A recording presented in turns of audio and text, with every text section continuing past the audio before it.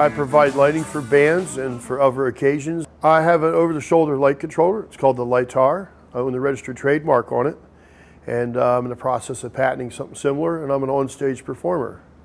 The deal is no computer can detect the mood of the music. I'm on stage with the band.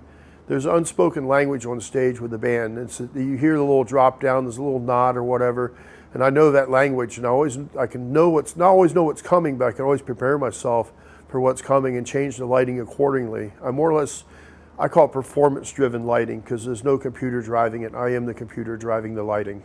I use my Lightar. It's an over-the-shoulder light controller. It's kind of like this, and it's hardwired at the time and then analog, and I have a bunch of lighting hooked to it, and then some accessory other things, lasers and strobes and so forth, with some auxiliary, switches and so forth.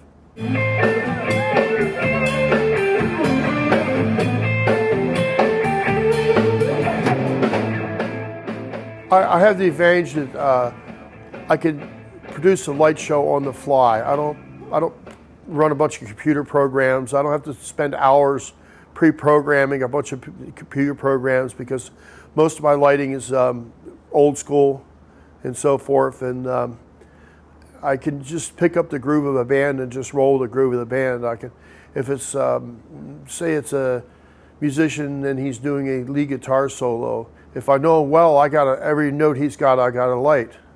And I can hit that light so quickly you can't perceive the lag time between him striking a note and me hitting the light. And sometimes there's not lag time because I know where he's going, and I can hit that millisecond before he actually hits the note to make it perfectly match up.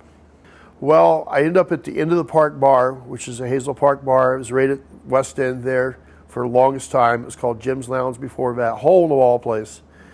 The band was Jeff Malin and Bad Passion.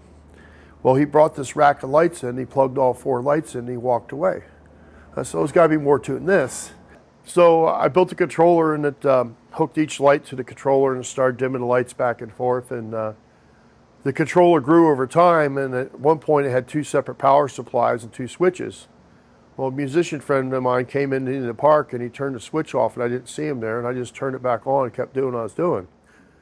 About 20 minutes later, I look over, and I said, "Man, how long have you been here?" He said, "Oh, I've been here about 20, 30 minutes. I didn't even know he was there." I was so into doing what I was doing that everything else in the world was just a blur. I didn't, it was the first time I'd ever been able to use that much of my brain power concentrated to do something. And I knew at that moment I was destined to be a light show guy. I had no clue where it was going to take me, though. And it's been quite a crazy adventure for the past 20-some years. In most cases, the light show guy is some guy off in the shadows. You never actually see the dude. You see the results of what he's doing, but you never see the guy. Well, there was a wall between the light show guy and the stage. I tore the wall down. I put it in a dumpster. And right now, I'm the only lightarist in the world. But my goal is I want to be thousands and thousands of lightarists in the world. And that's my main goal, because once I built a Lightar, it just took my life over, and this is the result of being taken over by the lighting world.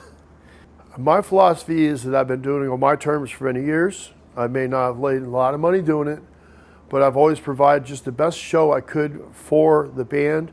But also, if I could take people away from their everyday worries of the world, and they enjoy the light show and the band, they forget about everything that's the normal stresses of a day, and they're just into that, then I've done my job. Because when I'm on stage, all my everyday worries of the world are just gone. They're not there. It's just the music and that time and that band and that moment.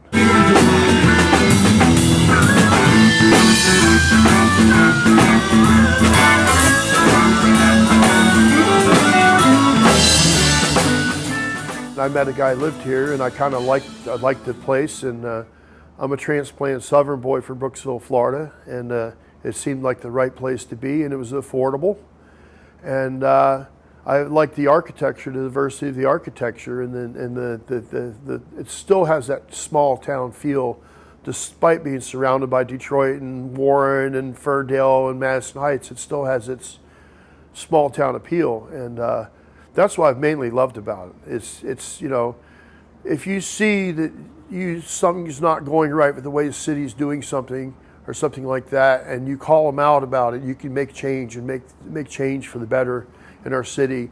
You can go meet with our city manager, or you can go to where our mayor has a business and go say hi to him and talk to him. You can't do that in other cities in this day and time unless it's just a small town. And I've always liked the small town aspect of it. I've always said in Hazel Park, your reputation counts more than your credit score or what you have for money.